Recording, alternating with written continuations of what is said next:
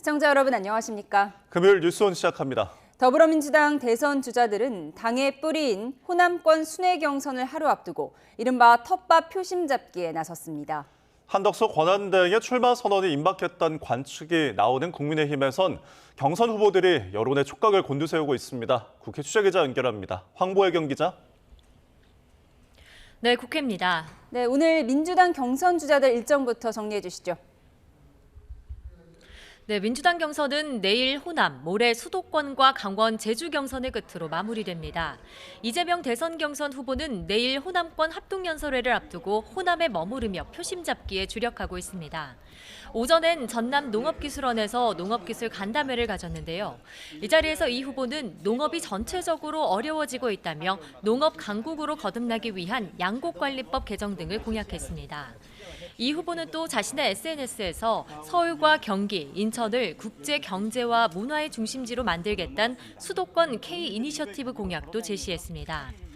김경수 후보는 국회에서 열린 4.27 판문점 선언 7주년 기념식 뒤 기자들과 만나 호남과 대한민국의 민주주의 발전을 책임지는 경선을 만들겠다고 강조했습니다. 김동연 후보는 문 전 대통령 기소로 검찰개혁 요구가 높아지고 있다며 검찰을 기소청으로 축소하고 수사권을 완전 박탈하겠다는 개혁 방안을 내놨습니다. 민주당 새 경선 후보들은 오늘 밤 마지막 TV 토론회에서 90분 동안 정치와 경제, 사회 분야 등을 놓고 정책 경쟁을 벌일 예정입니다. 모레 순회 경선까지 마친 뒤 전체 투표에서 과반 득표자가 나오면 대선 후보를 확정짓게 됩니다. 네, 국내임 경선 주자들은 한덕수 대행 출마 여부를 예의주시하는 모습이죠.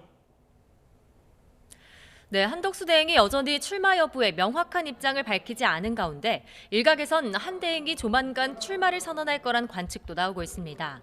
국민의힘 경선 후보 4명 모두 한 대행이 출마할 경우 단일화하겠다는 의사를 내놨습니다.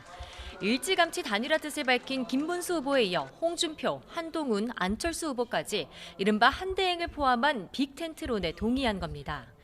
오는 29일 국민의힘 3차 경선에서 최종 후보 2명이 추려지는 만큼 국민의힘 지지층표를 결집하려는 의도로 풀이됩니다. 구체적으로는 결선 후보 2명은 당원 투표 50%와 여론조사 50%로 결정되는데 한 대행과의 단일화를 원하는 일부 당원과 지지층의 표심을 고려했다 분석입니다. 당 내부에선 한 대행의 출마 가능성을 높게 전망하는 기류가 강해지고 있습니다. 다만 홍준표 캠프 관계자는 YTN과의 통화에서 자칫 한덕수 대행의 모든 이목이 쏠려 경선이 무의미해지는 한덕수 블랙홀에 빠질 수 있다고 우려했습니다. 당 핵심 관계자는 경선 주자들이 지지층의 표심을 노리고 한덕수 단일화를 언급하는 거라면 진정성이 없는 거라고 지적하기도 했습니다. 오늘 국민의힘 경선 후보자 1대1 맞수 토론에선 서로를 토론 상대로 지목한 한동훈, 홍준표 후보가 맞붙습니다. 내일은 경선 후보들이 모두 참석하는 4자 토론이 열릴 예정입니다. 어제 검찰의 문재인 전 대통령 기소를 둘러싼 정치권 공방도 좀처럼 가라앉지 않고 있는데요. 문 전 대통령이 직접 입장을 밝혔다고요? 네, 우선 민주당 박찬대 당대표 직무대행은 최고위원회의에서 검찰이 대선을 불과 40일 앞두고 노골적인 정치 수사에 나섰다고 지적했습니다. 전 정권 표적 수사이자 민주당의 망신을 주려는 목적이라며 검찰개혁 의지를 거듭 강조했습니다. 직접 들어보시겠습니다.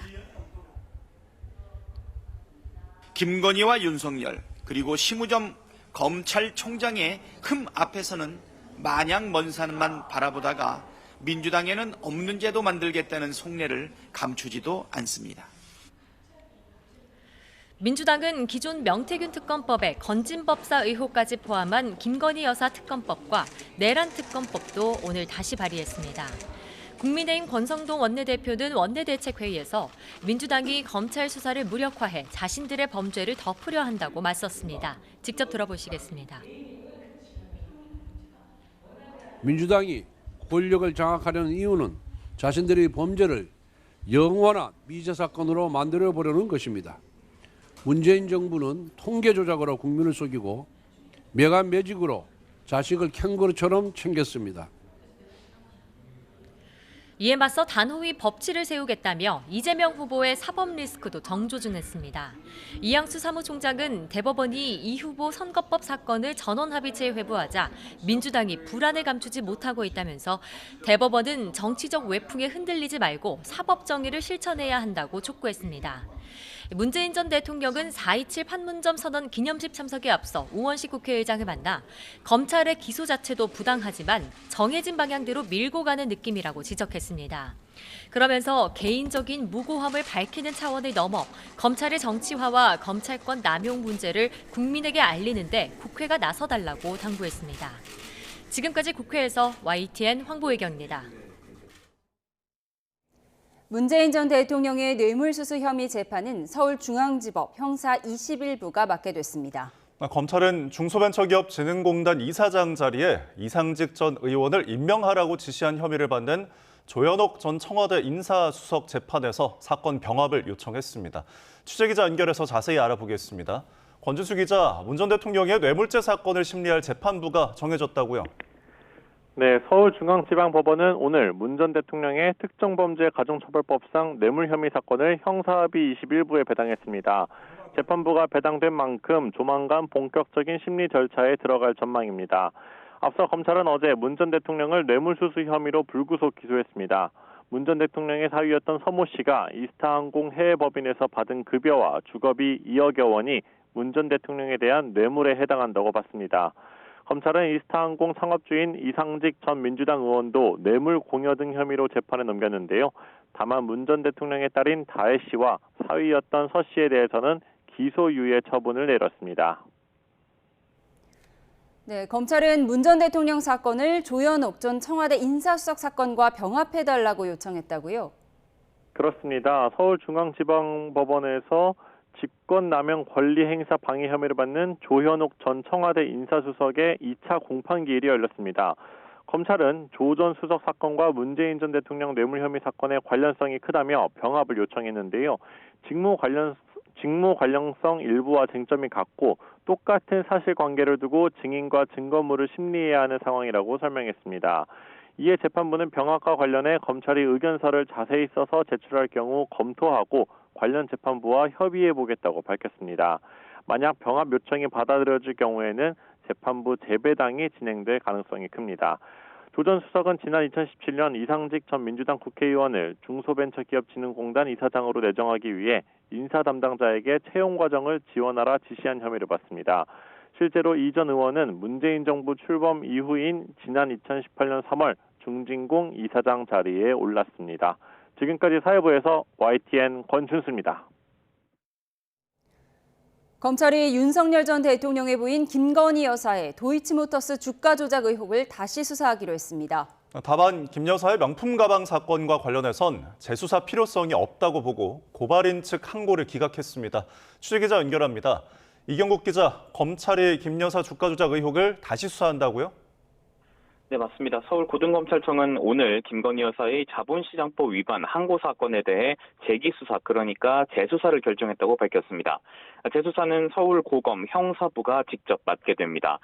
김 여사는 권오수 전 도이치모터스 회장이 이른바 선수 등을 동원해서 주가를 조작하는 과정에 전주로 가담했다는 혐의를 받고 있습니다. 앞서 서울중앙지검은 지난해 10월 고발 4년 6개월 만에 김 여사에게 주가 조작 공모나 방조 혐의를 물을 수 없다는 결론을 내렸습니다. 김 여사 계좌 6개 가운데 일부가 실제 주가 조작에 동원된 것은 맞지만 주식 전문성이 없는 일반 투자자인데다 주포 등 조작 세력과 직접 연락했다는 증거가 부족했다는 겁니다. 하지만 고발인인 최강욱 전 의원이 불기소 처분에 불복해 항고를 제기하면서 서울고검은 지난해 11월부터 사건을 검토해왔고 다시 수사할 필요가 있다는 결론을 오늘 내렸습니다. 네, 반면 명품 가방 사건에 대해서는 재수사를 진행하지 않기로 했죠. 네, 그렇습니다. 서울고검은 김 여사의 명품 가방 수수 사건에 대해서는 재수사할 필요성이 없다고 보고 불기소 처분에 대한 고발인 측의 항고를 기각을 했습니다. 앞서 서울중앙지검은 지난해 8월 전담 수사팀을 꾸려 수사한 끝에 김 여사의 청탁금지법 위반 혐의가 인정되기 어렵다고 판단해서 사건을 불기소 처분했습니다. 청탁금지법이 공직자 배우자의 직무 관련 금품을 수수하지 못하도록 하고는 있지만 처벌 규정이 따로 없다는 판단이었습니다. 또 공여자인 최 목사가 건넨 금품은 친분 유지를 위한 것이고 대통령 직무와는 무관해서 윤 전 대통령이 신고 의무를 위반한 것도 아니라고 설명하기도 했는데요. 고발인인 인터넷 매체 서울의 소리 측이 항고를 했지만 서울고검도 다시 같은 결론을 내린 것으로 보입니다. 이에 서울의 소리 백은종 대표는 항고 기각 결정문 내용을 검토한 뒤에 재항고하겠다는 입장을 밝힌 상태입니다. 지금까지 서울고검에서 전해드렸습니다. 대통령 경호처가 김성훈 경호처 차장과 이광욱 경호본부장에 대해 오는 28일자로 대기를 명했다고 밝혔습니다. 이 두 사람은 윤석열 전 대통령의 체포영장 집행 저지를 주도하고 대통령실 비화폰 통신 기록 삭제를 지시한 혐의로 경찰 수사를 받고 있습니다. 경호처 직원들은 최근 김 차장과 이 본부장의 사퇴를 요구하는 연판장을 돌렸으며 김 차장은 지난 15일 직원 간담회를 소집한 자리에서 이달 말까지 사퇴하겠다는 의사를 밝혔습니다. 트럼프 관세 문제를 협의하기 위한 한미 2+2 통상협의에서 양국은 관세 유예가 끝나는 7월 초까지 패키지안을 만들기로 의견을 모았습니다. 당장 다음 주에 합의도 가능하다는 미국과 달리 우리 정부는 서두르지 않겠다는 뜻을 밝혔습니다. 워싱턴에서 권준기 특파원의 보도입니다. 이른 아침 미국 재무부에서 열린 한미 2+2 통상협의. 한국과 미국의 경제 통상대표가 70분가량 마주 앉았습니다. 두 나라는 관세 유예 조치가 끝나는 7월 8일까지 관세 철폐를 위한 패키지안을 만들기로 뜻을 모았습니다. 최상목 부총리는 방위비 문제는 다뤄지지 않았다며 앞으로 논의할 주제를 4개 분야로 압축했다고 밝혔습니다. 관세, 비관세 조치, 경제안보, 투자협력, 통화정책 등 4개 분야를 중심으로 논의해 나가는데 공감대가 형성된 것으로 평가됩니다. 미국은 한국이 최선의 안을 가져왔다며 만족감을 표시했습니다. South Koreans came early. They came with their A game, and we will see if they follow through on that. 협의 속도를 놓고는 분명한 온도차가 느껴졌습니다. 전 세계와 협상을 벌이며 속전속결을 원하는 미국과 곧 새 정부가 출범할 한국의 입장이 달랐습니다. We may be moving faster than I thought, and we will be talking technical terms as early as next week as we reach an agreement on understanding as soon as next week. 한국의 정치 일정과 통상 관련 법령, 국회와의 협력 필요성 등 앞으로 협의에 있어 다양한 고려사항이 있음을 설명하고 이에 대한 미 측의 이해를 요청하였습니다. 대선 한 달 뒤에 관세 유예 조치가 끝나는 만큼 정부는 최대한 협상을 벌인 뒤에 최종 결정은 새 정부에 맡기는 방안을 추진하는 것으로 보입니다. 워싱턴에서 YTN 권윤기입니다. 트럼프 미국 대통령이 중국에 대한 관세 인하 의지를 시사한 가운데 중국도 일부 미국산 품목에 대한 125%의 추가 관세를 이미 철회했거나 철회를 검토하는 것으로 알려졌습니다. 중국 당국의 공식 발표는 없었지만 이런 조치가 이미 무역 현장에서 이루어지기 시작했고 에탄과 의료 장비 등에 대한 관세 면제도 검토되고 있다고 외신과 중국 현지 매체가 보도했습니다. CNN과 중국 차이징 보도를 보면 중국 당국은 최근 메모리 칩을 제외한 미국산 반도체 8종에 대한 관세 철회 조치를 내렸고 이미 납부한 관세도 환급이 가능한 걸로 알려졌습니다. 해킹 사고가 일어난 SK텔레콤이 2,300만 명 전 고객을 대상으로 무상으로 유심 교체를 지원하기로 했습니다. 정확한 피해 규모와 유출 내용이 아직 확인되지 않은 만큼 2차 피해를 예방하기 위한 근본적 대책이라는 취지입니다. 김태민 기자입니다. 고객 유심 정보 유출 사고 일주일 만에 SK텔레콤 대표와 임직원들이 공개석상에서 머리를 숙였습니다. 고객 여러분과 사회에 큰 불편과 심려를 끼쳐드린 점에 대해 진심으로 사과의 말씀을 드립니다. SK텔레콤 측은 이번 사고 수습을 위해 다음 주 월요일부터 2,300만 명 전 고객을 대상으로 유심 무상 교체를 지원하겠다고 밝혔습니다. 해킹 사고를 인지한 지난 18일 기준 가입자 가운데 교체를 희망하는 경우엔 전국 티월드 매장과 공항 로밍센터에서 유심을 교체받을 수 있습니다. SK텔레콤 통신망을 사용하는 알뜰폰 고객도 이번 지원 대상에 포함됐습니다. 또 이미 자비로 유심을 교체한 경우에는 비용을 환급하기로 했습니다. 앞서 SK텔레콤 측은 해킹 사고가 알려진 직후 유심 도용을 막을 수 있는 유심보호 서비스 가입을 안내하고 비정상 인증 시도 차단도 강화했습니다. 하지만 정확한 유출 규모와 내용 등이 파악되지 않으며 고객 불안이 이어지자 결국 유심 무상 교체를 결정했습니다. 고객들께서 생각하고 계시는 어떤 불안감을 최종 해소한다는 측면에서 저희가 이제 추가 선택지를 드린 걸로 유출로 추정되는 것과 관련해서는 일단 유심 교체가 근본적인 대책이라고 저희는 보고 있습니다. 지금 SK텔레콤 측은 일단 해킹 피해가 일어난 서버 시스템을 완전히 격리했으며 또 다른 해킹 흔적은 없었다고 설명했습니다. 하지만 유출 정보를 이용한 2차 피해 사례가 아직 드러나지 않은 만큼 이번 사태 후유증은 가늠하기 어려운 상황입니다. 이에 따라 민관합동조사단의 최종 결과가 나올 때까지 파장은 당분간 이어질 전망입니다. YTN 김태민입니다. 음주병 소지 사건으로 구속 상태에서 재판에 넘겨진 가수 김호중 씨가 항소심에서도 2년 6개월을 선고받았습니다. 2심 재판부는 김 씨의 죄질이 불량하고 사고 후 정황도 좋지 않다며 원심과 같은 판결을 유지했습니다. 취재기자 연결합니다. 차정현 기자, 자세한 내용 전해주시죠. 네, 오늘 오후 2시 위험 운전치상 등의 혐의를 받는 가수 김호중 씨에 대한 항소심 선고기일이 진행됐습니다. 2심 재판부는 김 씨 측과 검사의 항소를 모두 기각하고 1심과 마찬가지로 징역 2년 6개월을 선고했습니다. 재판부는 실제 운전자가 김 씨로 밝혀진 이후에도 차량 블랙박스 증거를 적극적으로 없애려 하는 등 김 씨의 죄질이 불량하다고 말했습니다.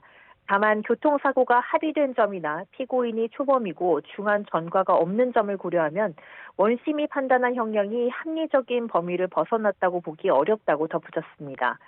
재판부는 또 사건 당일 김 씨가 섭취한 음주량이 상당해 보이고 단순히 휴대전화 조작으로 사고를 냈다고 볼 수 없다며 운전이 불가능할 정도로 술을 마시지 않았다는 김 씨의 주장도 받아들이지 않았습니다.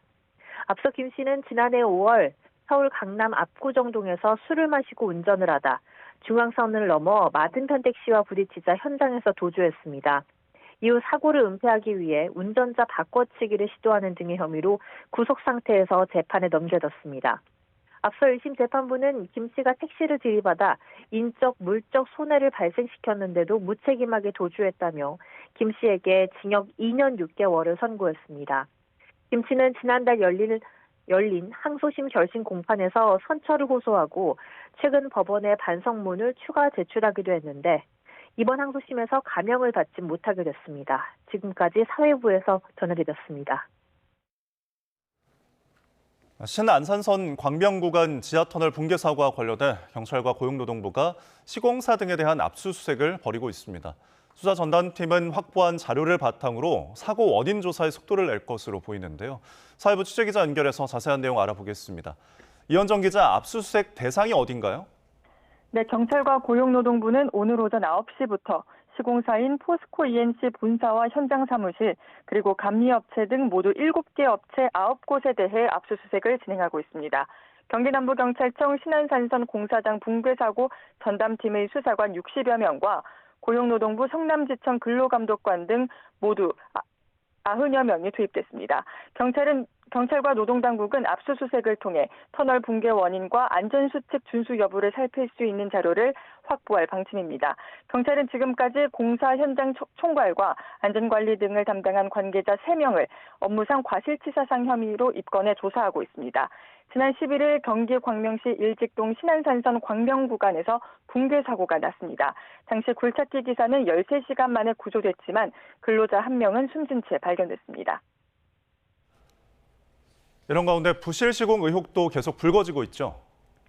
네, 먼저 YTN 보도를 통해 최초 신고 당시 이미 기둥이 파손된 상태였고 내부 공간에 변형이 있었던 것으로 확인됐습니다. 또 시공사인 포스코 ENC가 기둥 파손으로 계측을 시작한 뒤 꾸준히 터널 천장이 내려앉아 붕괴 1시간 전에는 최대 4cm까지 침하한 것으로 나타났습니다. 내부 CCTV 사진에서는 점차 터널 천장 균열이 심해지고 바닥에 토사가 쌓이는 장면이 담기기도 했습니다. 이에 더해 공사 일지까지 허위로 작성됐다는 의혹도 나오고 있는데 경찰은 오늘 압수수색을 통해 확보한 자료를 바탕으로 관련 의혹 전반을 확인할 것으로 보입니다. 지금까지 사회부에서 YTN 이현정입니다. 오늘 오전 11시 10분쯤 서울 삼성동 코엑스 건물 2층에 있는 음식점에서 불이 나 2시간 만에 진화됐습니다. 코엑스 내부에 있던 직장인과 이용객, IT 박람회 참가자 등 1,200명이 에스컬레이터 등을 이용해 밖으로 급히 피했습니다. 크게 다친 사람은 없었지만 일부 인원이 대피 과정에서 연기를 마셨던 것으로 파악됐습니다. 소박은 음식점 주방 후드 쪽에서 불이 시작된 것으로 보고 정확한 화재 원인을 조사하고 있습니다. 네, 맑은 봄 날씨가 이어지고 있지만 바람이 강하게 불면서 산불 위험도 높아지고 있습니다. 영동과 영남 등 동쪽 지방에 다시 건조특보가 내려졌는데요. 주말과 휴일 사이 이 지역은 또 돌풍이 거세질 것으로 보입니다. 취재기자 연결해서 자세한 날씨 알아보겠습니다. 정혜영 기자, 날씨가 좋아서 이번 주말과 휴일에 나들이 하는 분들 많으실 것 같은데요. 또 바람이 문제라고요. 네, 그렇습니다. 하늘은 맑지만 당분간 남고북도의 기압 배치에서 건조한 바람이 강하게 불 것으로 예상됩니다. 오늘 오전 10시부터 영동과 영남 등 동쪽 지방을 중심으로 건조특보가 내려졌는데요. 특히 이번 주말은 지난 식목일 이후 4주 만에 맑은 날씨가 이어지고 특히 태백산맥 동쪽 지역을 중심으로 고운 건조한 강풍이 더해지면서 건조도가 더 심해질 전망입니다. 또 내일 밤부터 모레 사이에는 기압 경도력이 강화하면서 바람의 세기가 초속 25m 이상으로 무척 세질 것으로 우려됩니다. 작은 불씨가 큰 불로 번질 가능성이 더 커질 것으로 보이니까요. 산림 인근에서의 불씨 사용은 자제해 주시기 바랍니다. 기온은 주말과 휴일 사이에 서울 낮 기온이 20도 안팎 정도로 예년과 비슷해 활동하기엔 좋겠습니다. 다만 아침에는 한 자릿수로 떨어지면서 무척 쌀쌀해지겠고 일교차도 10도 이상 크게 나겠습니다. 감기에 걸리기 쉬운 날씨니까요. 오랜 시간 야외 활동하실 때는 큰 기온차에 대비해 주시기 바랍니다.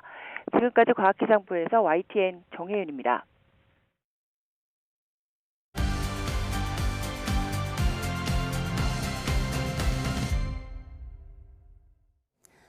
정치의 겉과 속을 들여다보는 정치훈 시작합니다. 김상일 정치평론가, 강전의 국민의힘 대변인과 함께하겠습니다. 두 분 어서 오세요. 안녕하세요. 네, 6.3 조기 대선이 39일 남았습니다. 보수 진영의 빅텐트 요구가 커지는 가운데 한덕수 권한대행이 다음 주쯤에 대선 출마를 선언할 가능성이 크다는 전망이 나오고 있습니다. 네, 한덕수 대행이 다음 주에 출마 선언을 할 것이다. 이런 보도가 밤새 몇 차례 나왔거든요. 네. 어떤 상황이에요? 일단 조금 아까 달력으로 보여주셨듯이 다음 주 화요일 국무회의가 아마 그 시점이 될 것으로 많은 언론에서 보도를 하고 있습니다. 한덕수 권한대행은 지금까지 어쨌든 본인이 국정 책임자로서 진행을 하고 있는 가운데 어젯밤 9시에 2+2 통상 협의가 있었고 어느 정도는 유의미한 성과가 있었던 것이 아닌가라고 생각합니다. 이제 최상목 경제부총리가 한국으로 입국을 해서 28일에 그 최상목 부총리가 여기에 대한 보고를 하게 되면 29일 국무회의에 있어서는 한덕수 권한대행이 주재를 하면서 그 과정에 대해서 다시 한번 정리를 하는 시간을 가질 것으로 보이는데요. 지금 우리 대한민국에서 가장 큰 현안이 미국과의 이런 통상 관세 전쟁인 것은 누구나 다 알고 있는 상황인 것처럼 여기에 대한 일단락을 짓겠다라는 생각이 아닌가라고 보입니다. 예. 한덕수 권한대행 같은 경우는 예전에 황교안 권한대행과는 굉장히 다른 행보를 보여왔었던 것으로 보이는데 당시에는 대선 날짜를 정하면서 그때 황교안 권한대행도 출마 이야기들이 많이 있었거든요. 예. 근데 본인이 대선 날짜 발표하는 날 바로 출마 생각이 없다라는 것을 예. 정확하게 선을 그었는데 헌재 선고 5일 뒤인가 그랬죠? 예, 그랬는데 지금 한덕수 권한대행 같은 경우에는 선거일을 공지를 하면서도 좀 애매한 스탠스로서 지금까지 왔었던 것이죠. 그리고 그 과정에 있어서 어떻게 보면은 보수 유권자층에서 지금 우리 국민의힘 후보들에게 약간 실망하셨던 모습들을 한덕수와 함께 해야 된다라는 생각들을 많이 가지셨던 것이 아닌가라고 생각을 합니다. 그래서 결과적으로는 한덕수 권한대행은 저는 개인적으로는 다음 주 화요일 국무회의 이후에 아마도 사퇴하겠다라는 의견을 밝히게 되지 않을까라고 생각을 하는데요. 저희 당과의 관계에 있어서는 조금 더 숙고가 필요한 부분이 아닌가라고 있다라고 생각합니다. 국민의힘 선수가 정해진 다음에 이제 네. 결정을 해야 한다 이렇게 보시는 거죠? 일단은 저희가 다음 주 화요일 같은 경우에는요, 한덕수 권한대행 입장에서는 본인의 그 공직자 사퇴 시한 전에 마지막 국무회의거든요. 그래서 화요일을 이야기를 하고 있는 것인데, 좀 우연찮게도 저희는 그날 이제 2명의 후보를 발표를 하게 됩니다. 예. 1명의 후보인 건 아니에요. 만약에 그 2명의 후보가 아니라 지금 4명 중에서 과반을 차지하는 분이 나온다면 그때 바로 결정이 되지만 지금 상황으로는 그렇게 되기는 좀 어려워 보이는 것이 사실이거든요. 그럼 그때 2명의 후보와 한덕수 권한대행과의 관계, 이것을 어떠한 형태로 단일화든지 어떻게 진행을 할 것인가에 대해서는 좀 더 숙고가 필요하다라는 생각입니다. 출마 요구를 회피할 수만은 없다. 정말 이 말을 했는지 안 했는지는 확인되지는 않고 있지만 전해지는 얘기고, 이재명 후보는 오늘 심판이 선수로 뛸 듯 말 듯해서 혼란스럽다라고 비난을 했는데요. 어떻게 예상하세요? 저는 사실은 승산도 없고 명분도 없고, 그리고 대선 이후에 자기 정치 세력화도 불가능한 상황이기 때문에 공직자가 눈에 보이지 않는 이익을 위해서 모험을 할 것인가, 저는 안 할 것이다라고 생각을 했었거든요. 근데 계속해서 이런 분위기가 이어져서 오늘에서야 저도 이제 취재를 시작을 했어요. 해봤더니 단독으로 알려주시는 건가요? 할 것 같다는 거예요. 그러니까 뭐 한덕수 총리 주변이 경제 관료니까 저랑 친한 분들도 많거든요. 근데 저는 사실 원래 방송할 때 취재를 잘 안 해요. 왜냐하면 그쪽으로 바이어스가 발생할 수 있기 때문에 안 하는데, 하도 이게 오래되니까 이제 취재를 좀 해보니까 할 것 같다는 얘기. 그리고 도와야 하는데 도와야 할지 말아야 될지 고민하고 있다라는 얘기를 중심으로 하는 것들을 보아서는 출마를 지금 하려고 하는 것 같다라는 생각이 들고요. 또 하나는 후보들도 한동훈, 홍준표 이 두 분도 사실은 처음에는 선을 걷었잖아요. 근데 지금은 이제 단일화 이야기를 하고 있어요. 어제 입장을 다 바꿨죠. 그렇죠. 그거는 이분들도 정보가 있잖아요.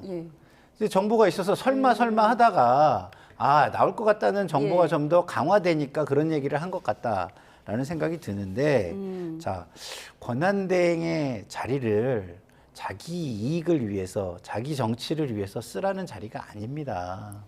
근데 지금 모든 행보들을 자신의 출마 명분 쌓기용으로 해나가고 있어요. 좀 아까 뭐 1,000원 무슨 뭐 아파트 뭐 1,000원 식당 뭐 그다음에 뭐 광주행 뭐 이런 행보들을 보세요. 출마 명분 쌓기로 읽혀지는 부분이 너무나 많고 오해하기가 딱입니다. 그런데 지금 그럴 상황이 아닙니다. 우리가 마이너스 0.2% 경제가 역성장을 했어요. 그 책임 누구한테 있나요? 윤석열 정권과 한덕수 총리에게 있는 겁니다. 자, 경제를 역성장시킨 권한대행, 그 결과를 가지고 있는 권한대행이 정치를 역성장시키기 위해서 나온다? 이게 정치 명분도 없는데 나오면 이게 정치가 후퇴하는 거지, 이게 성장입니까?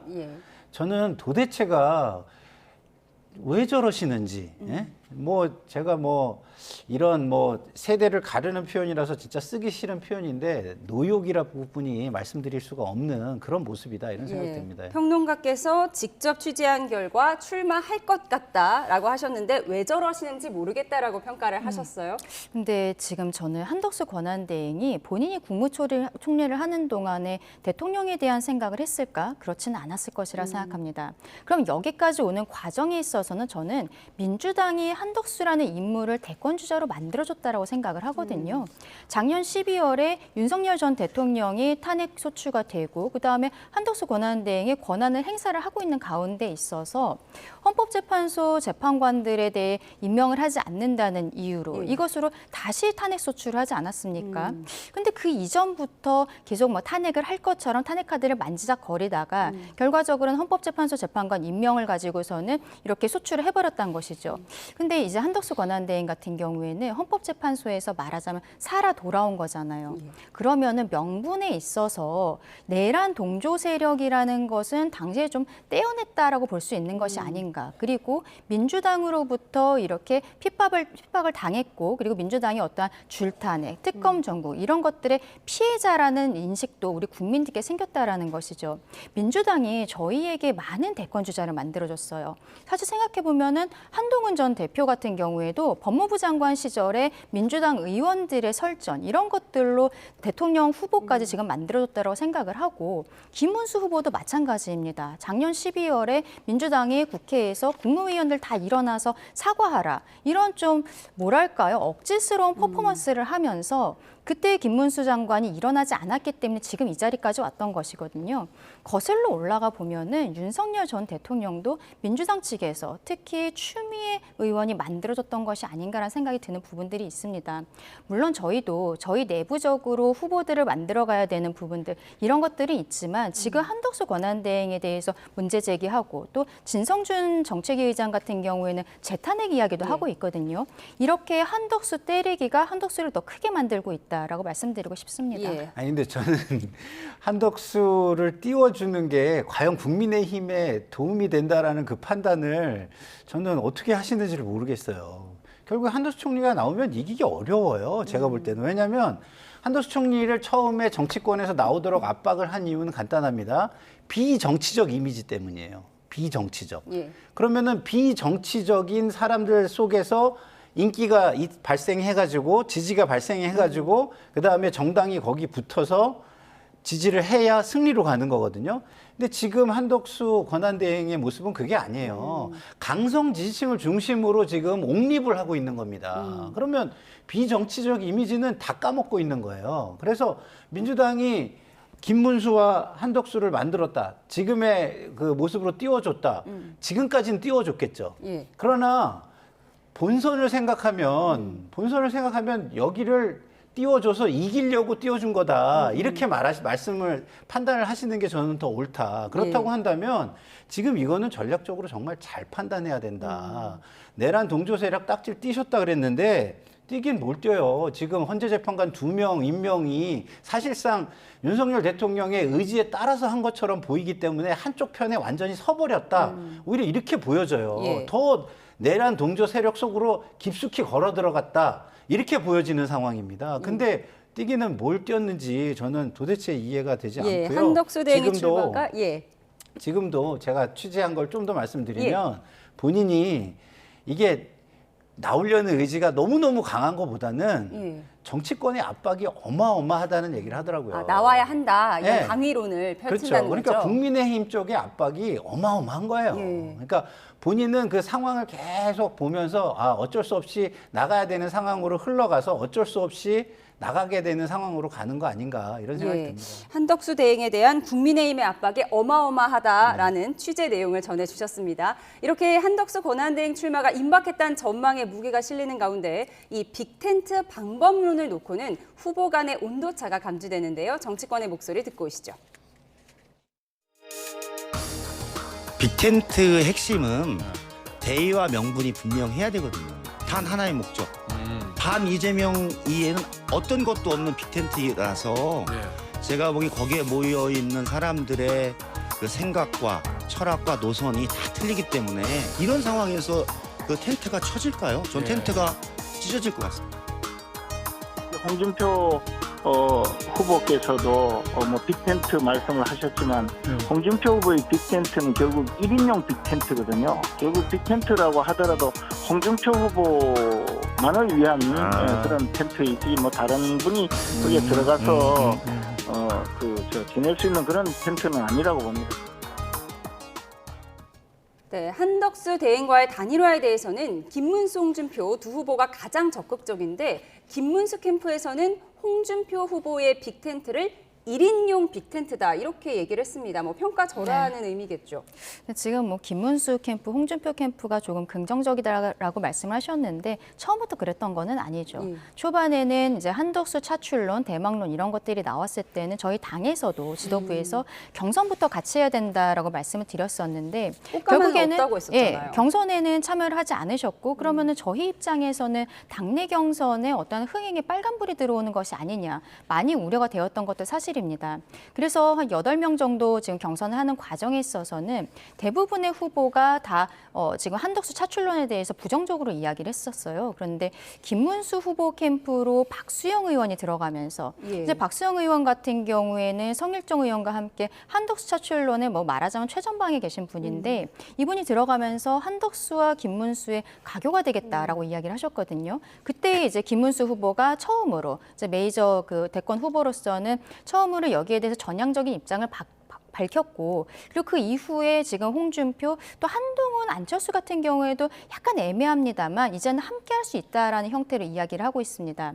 저는 이것이 한덕수 권한대행이 출마를 할 수 있다라는 것에 대해서 이제는 어느 정도 기정사실로 받아들이면서 어떻게 보면은 후보들 개개인이 지금까지는 우리가 국민의힘에 내가 최종 후보가 되어도 시간과 돈과 노력을 들였는데 이 자리를 한덕수에게 헌납을 하는 것이 아니냐라는 이야기들이 있었다면 지금은 1대1로 붙었을 때 어느 정도 또 자신감이 생긴 것이 아닌가라는 생각도 들거든요. 조금 더 지켜봐야겠습니다만 저희 후보들이 지금 토론 과정에 있어서도 점점 이제 레벨업이 되는 것이 보여주고 있기 때문에 향후의 진행 과정을 조금 더 생각해봐야 될 것으로 보입니다. 안철수 후보조차도 어느 구름에서 비가 내릴지 모르기 때문에 단일화의 긍정적인 쪽으로 마음을 바꾸고 있는 상황인데 이재명 캠프에서는 그런 빅텐트는 찢어질 것이다 이렇게 얘기를 했네요. 글쎄요, 저는 찢어질 것이다 이런 표현과 다르게 그건 숙박용 텐트다라고 저는 얘기를 했거든요.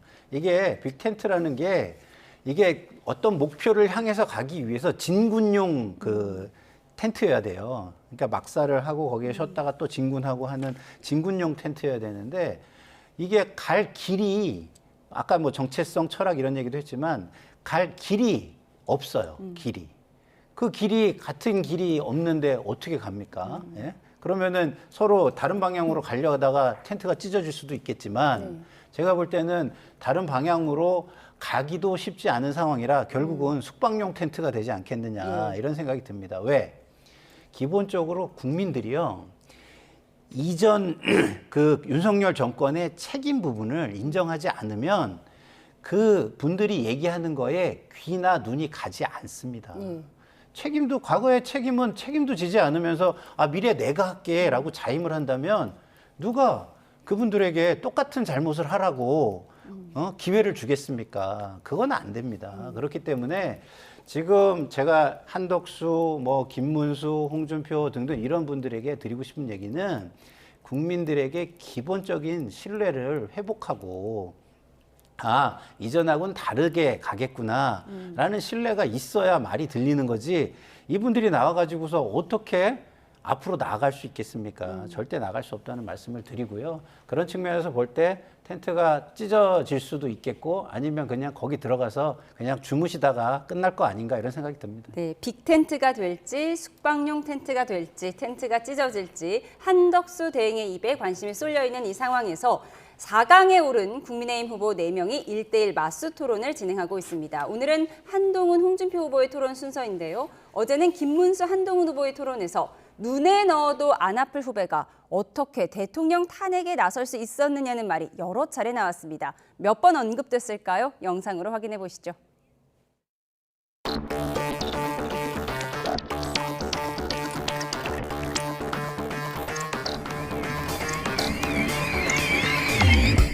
윤석열 대통령께서는 또 한동훈 후보에 대해서 눈에 넣어도 아프지 않은 후배다 이렇게 말씀하셨습니다. 정말 긴밀해서 눈에 넣어도 아프지 않을 후배와 선배가 아름다웠고 정말 눈에 넣어도 아프지 않을 이 관계가 윤석열 대통령께서 이 눈에 넣어도 아프지 않은 후배를 법무부 장관도 시켜드렸고 제가 만약 한동훈 대표님처럼 대통령과 그렇게 긴밀한 눈에 넣어도 아프지 않은 관계였다면 제가 몰랐는데 어떻게 막죠? 아니 그러니까 왜 모르냐 이거 눈에 넣어도 아프지 않은 후배가 왜 그 대통령이 이 계엄선포한테 당대표가 그걸 모르면 되겠어요? 제가 눈에 넣어도 아프지 않은 후배가 아닌지는 몇 년 됐잖아요. 그렇지 않습니까? 제가 우리 아버지가 불법 계엄을 해도 저는 막았을 겁니다. 그래야 한다고 생각합니다. 네, 눈에 넣어도 안 아플 후배라는 말을 7번 했네요. 네, 맞습니다. 김문수 후보 입장에서는 한동훈 후보에 대해서 배신자 이미지라든지 그런 것들을 좀 강조하기 위한 표현이 아니었나 싶은데요. 근데 한동훈 후보 입장에서는 본인의 어떤 개인적인 그런 관계는 과거에 끝난 것을 전 국민이 다 알고 있지 않느냐라고 받아치는 것으로 보입니다.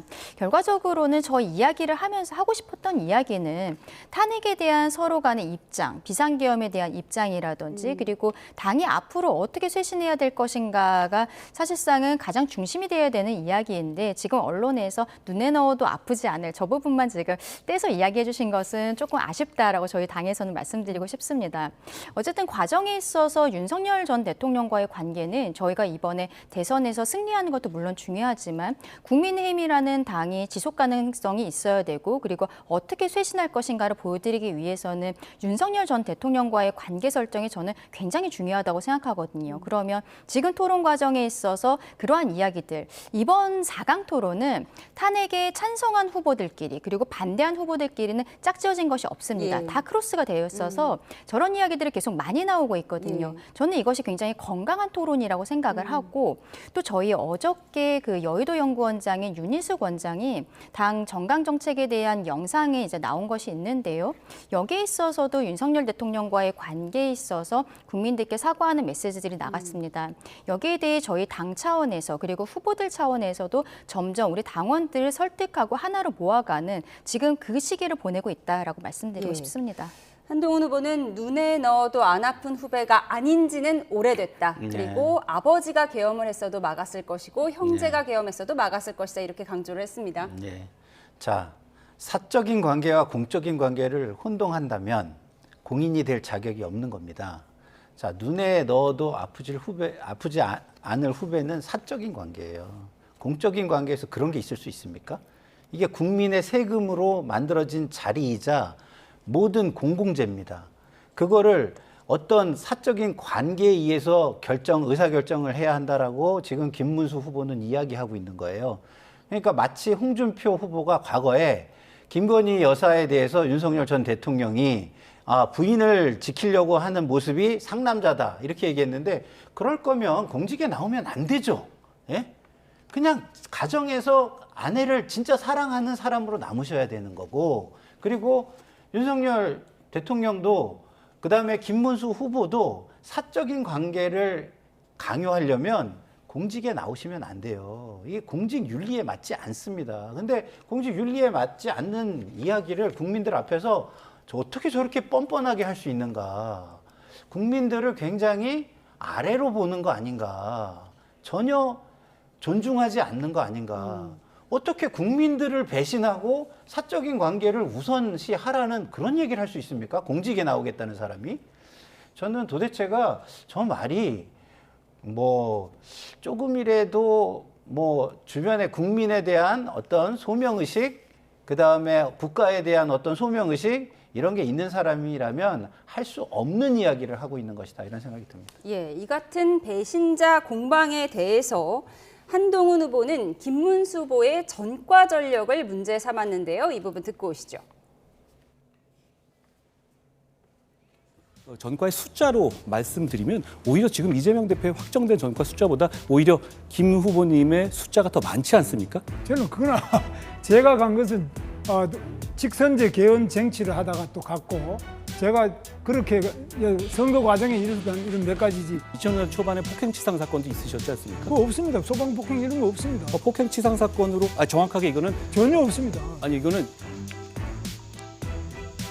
김 후보 캠프는 토론회 후 과거에 선거운동을 방해하는 걸 제지하다가 상해로 벌금 30만 원을 선고받았다며 해당 전과를 인정했는데요.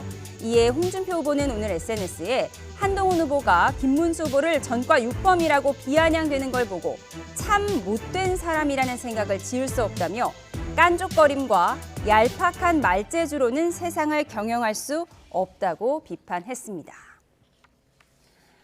김문수 후보가 어제는 전혀 사실이 아니라고 일축했다가 선거운동 방해를 저지하다가 벌금형 받은 건 맞다고 인정을 했습니다.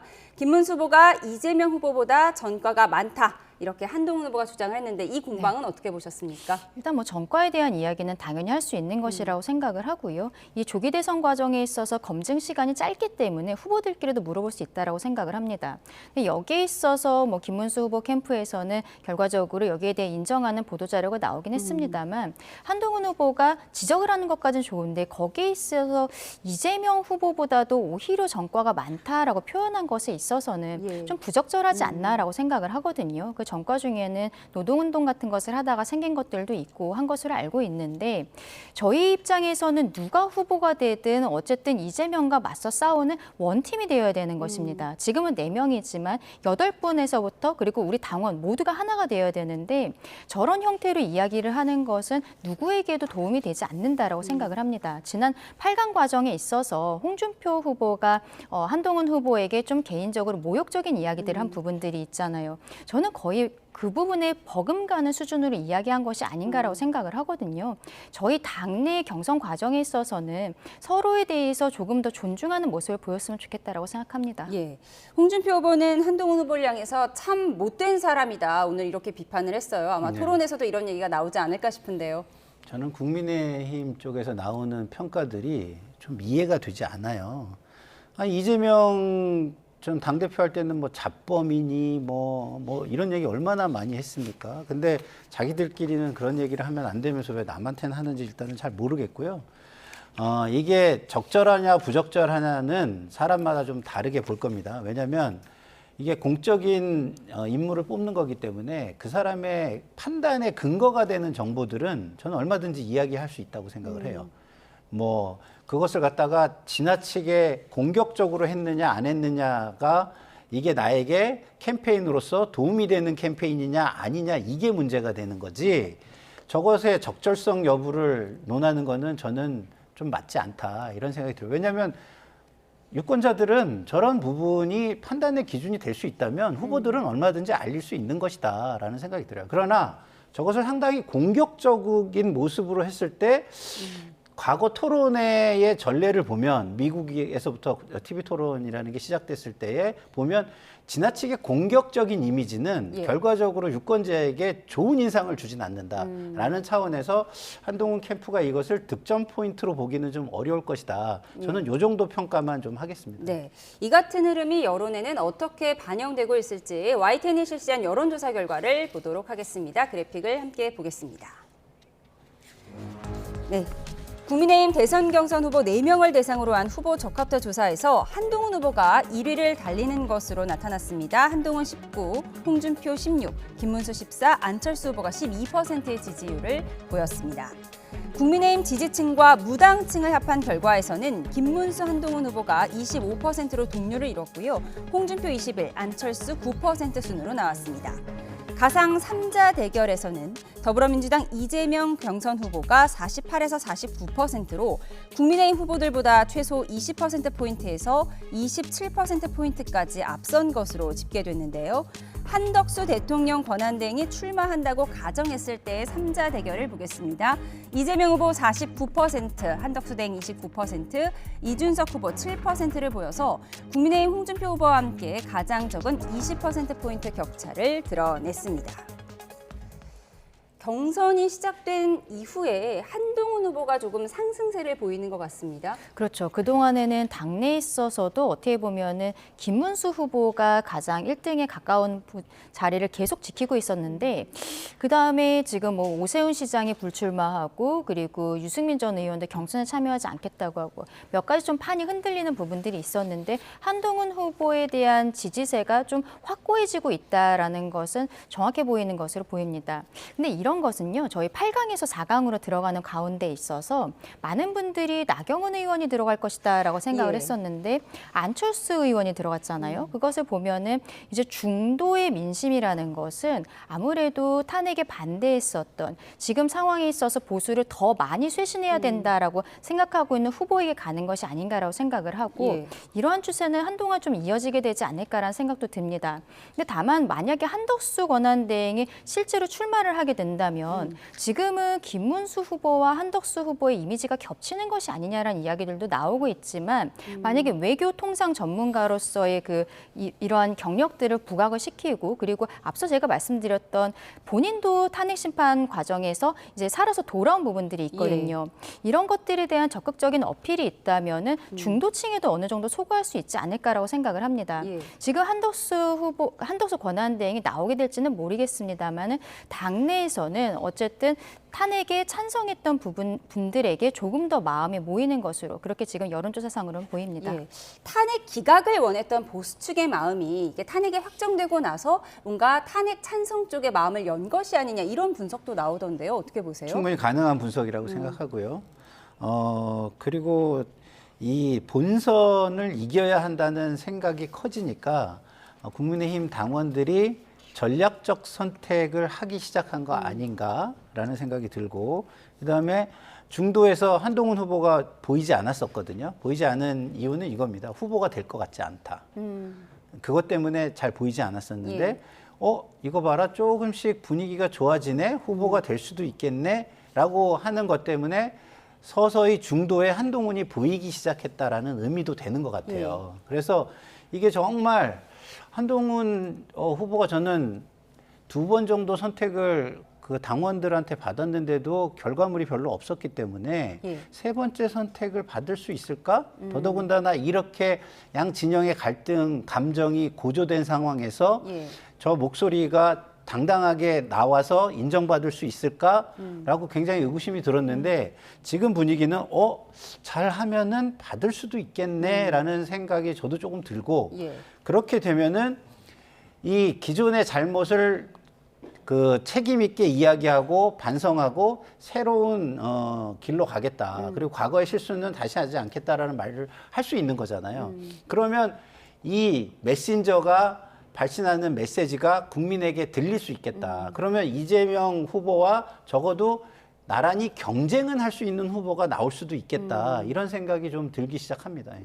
이게 김문수 후보 같은 경우에는 윤석열 전 대통령을 지지했던 분들께서 많이 지지하시는 것으로 그렇게 여론조사상으로는 나타나는데 최근에 윤석열 전 대통령 발로 나오는 뉴스들이 저희 보수 유권자층에게도 좀 보고 싶지 않은 뉴스가 몇 가지가 있었습니다. 윤석열 전 대통령이 사저로 들어가는 과정에 있어서 지역 주민들과의 대화에 3년 하나 5년 하나 마찬가지다. 다 이기고 들어왔다. 이러한 이야기들은 그동안에 지지했었던 보수 유권자층에게는 굉장히 상처가 되는 말이었거든요. 그런데 그 이후에 김계리 변호사 등 이제 청년 변호사들이 주축이 돼서 신당을 창당하겠다는 이야기가 또 나왔습니다. 해프닝으로 마무리되는 것처럼 보이면서도 또 김계리 변호사가 윤석열 전 대통령과 식사하는 사진을 올리면서 이게 정말로 이어질 수 있는 것인가라는 의구심도 드는 부분들이 있었거든요.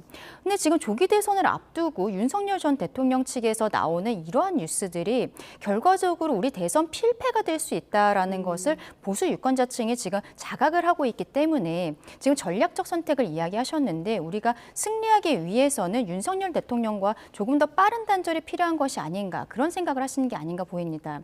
저희 당원들께서 전략적 선택이라는 걸 참 잘하신다고 생각을 하는데 지난 대선 때도요. 윤석열이라는 사람이 어떻게 보면은 문재인 전 대통령의 검찰총장이었었거든요. 근데 갑작스럽게 정치권으로 들어오면서 마지막 경선 과정에 있어서 당심에서 이겼습니다.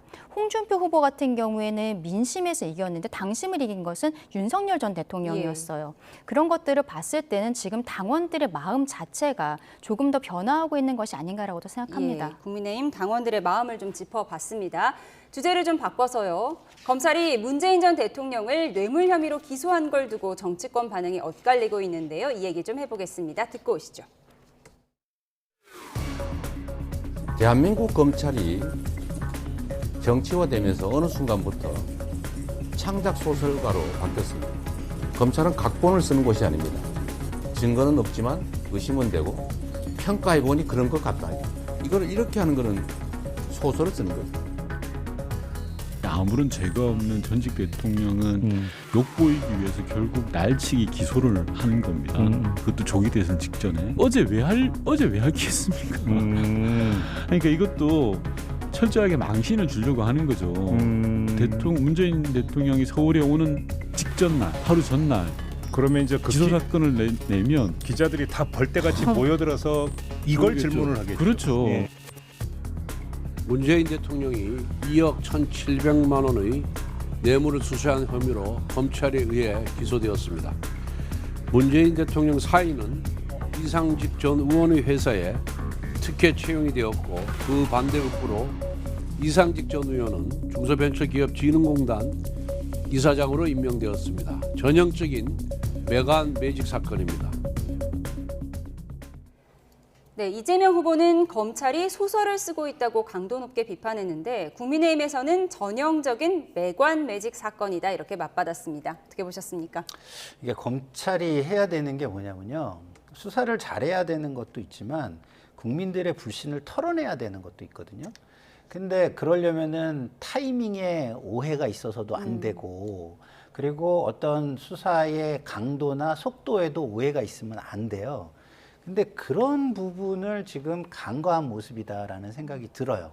그러니까 수사를 잘했는지 못했는지 그리고 이게 정당한 수사인지 아닌지는 제가 기록을 다 볼 수 없기 때문에 그 판단을 할 수가 없잖아요. 근데 시기적으로 보나 아니면 어떤 속도로 보나 강도로 보나 아무래도 형평성 있게 진행된다는 생각은 들지 않죠.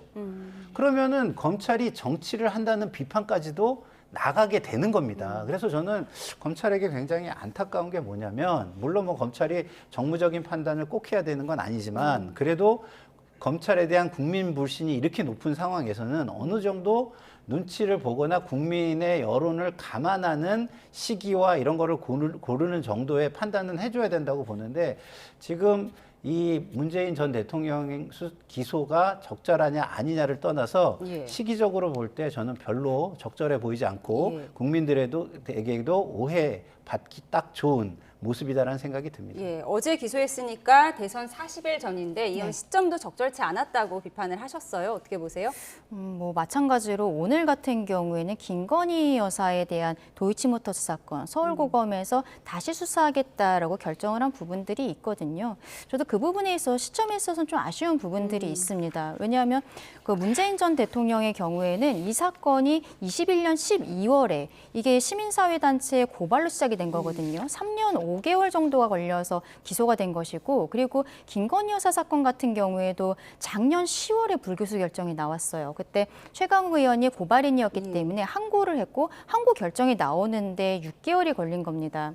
지금 대선을 40일 앞둔 상황에서 검찰이 이렇게 어떻게 보면은 뭐 구 여권과 야권의 인사들에 대한 기소라든지 재수사를 결정한다는 것은 국민들께서 보시기에는 좀 적절한 시기는 아닌 것 같다는 생각입니다. 적절한 시기는 아니었다라고 말씀을 하셨는데 이런 가운데 문재인 전 대통령이 오늘 4.27 판문점 선언 7주년 기념식이 열리는 국회를 방문했습니다. 이에 대한 입장도 나왔는데요. 우원식 의장에 이어 목소리 직접 들어보시죠. 기소 이야기를 듣고 근데 제가 참 납득이 잘 안 되는 게 답변 준비 중에 계셨다고 4월 말까지 답변하기로 하셨는데 답변 준비 중에 갑자기 기소가 됐다고 그래서 시기적으로도 또 그렇고 내용적으로도 그렇고 저도 잘 납득이 안 되는데 우리 국민들도 잘 납득이 안 될 것 같습니다. 그래서 뭔가 정해진 방향대로 그냥 무조건 밀고 가는 그런 이제 느낌이 들었습니다. 검찰이 그만큼 정치화되고 있고 또 검찰권이 남용된다는 그런 아주 단적인 그런 사례 같아서 앞으로 이제 그 점을 내 개인적인 유고함을 밝히는 차원을 넘어서 그런 검찰권의 남용과 정치화 이런 부분들을 제대로 이렇게 좀 걸어내고 또 국민에게 알리는 데 좀 주력을 할 계획입니다. 네. 전직 대통령이 공식적으로 국회를 방문하는 건 헌정사 최초의 일이라고 하는데 이렇게 예정된 일정 하루 전날에 기소했다는 점도 윤건영 의원이 문제를 삼더라고요. 글쎄요, 뭐 저는 뭐 세세한 부분에 있어서는 이런 거 저런 거를 다 문제 삼을 수 있겠죠. 그렇지만 아까도 제가 말씀드렸지만 가장 중요한 거는 검찰은 국가의 기관입니다. 그래서 모든 수사가 국민의 신뢰를 바탕으로 해야 되는 게 굉장히 중요한 겁니다. 근데 제가 볼 때는 좀 전에 우원식 국회의장도 얘기를 했지만 답변을 4월 말까지 하기로 하고 기록을 등사하는 중이었다는 거 아니에요. 근데 전격적으로 했다는 겁니다. 여기에서 뭐 김건희 여사의 사건과 비교하는 건 전 적절치 않다고 보고요. 지금 다시 말해서 좀 이렇게 죽은 권력이라고 하는 전직 대통령에 대해서 선거 시기를 앞두고, 그리고 지금 권한대행이 사실상 윤석열 대통령의 대리인 역할을 하고 있는 상황에서 이런 일이 벌어진다? 저는 국민들이 이 정권이 아직까지도 자신들의 권력을 유지하기 위한 온갖 아이디어를 내고 그것을 집행하고 있는 것 아닌가? 이런 오해를 하기에 너무 좀 이렇게 많은 의심의 실마리를, 요소를 제공하고 있는 것이다, 이런 생각이 듭니다. 문 전 대통령이 국회 방문이 예정된 상황에서 하루 전에 기소를 했으면 당연히 오늘 기자들이 관련 질문을 할 텐데 이거 망신주기용 기소 아니냐, 이런 비난이 민주당 쪽에서 나왔어요. 그런데 뭐 검찰에서 기소를 지금 하는 데 있어서 판문점 선언 행사 때문에 뭐 문재인 전 대통령이 서울에 오는 것, 그 시간까지 계산을 했을 것이라고는 생각하지 않고요. 다만 앞서 말씀드린 것처럼 검찰이 오랜 시간 수사를 해왔는데 왜 지금 대선을 앞둔 이 시점에서 이렇게 두 가지 사건에 대해서 갑작스러운 결정을 내렸는지, 그 부분이 굉장히 의문스럽다라는 것입니다. 아마도 검찰 입장에서는 만약에 민주당 정권이 들어오게 된다면 검찰을 이제 기소청으로 바꾸겠다라는 이야기들이 계속 있기 때문에 본인들 기관의 어떤 존재 의의를 보여주기 위해서 마지막에 딱 어떻게 보면 국민들께서 관심을 가지실 법한 사건들을 이렇게 보이는 것이 아닌가라는 생각도 들고요. 그리고 지금 특검에 대한 이야기들도 계속 나오고 있거든요. 김건희 여사와 관련된 사건에 있어서는 특검 이야기도 계속 나오고 있는데 검찰 입장에서는 기소청이 되는 것뿐만이 아니라 특검이 이 사건에 대해서 정리를 하는 것도 마땅치 않다고 생각을 할 것이라고 생각을 합니다. 그러면 이 상황에 있어서 검찰 입장에서는 마지막 스포트로서 이러한 사건들을 처리하는 것으로 보이는데 이것이 과연 우리 국민의 눈높이에 맞는 것인가, 그 부분은 조금 더 생각해 봐야 될 것이라고 보입니다. 어제 재판에 넘겨진 문 전 대통령의 입장까지 들어봤습니다. 지금까지 김상일 정치평론가, 강전의 국민의힘 대변인과 함께했습니다. 고맙습니다.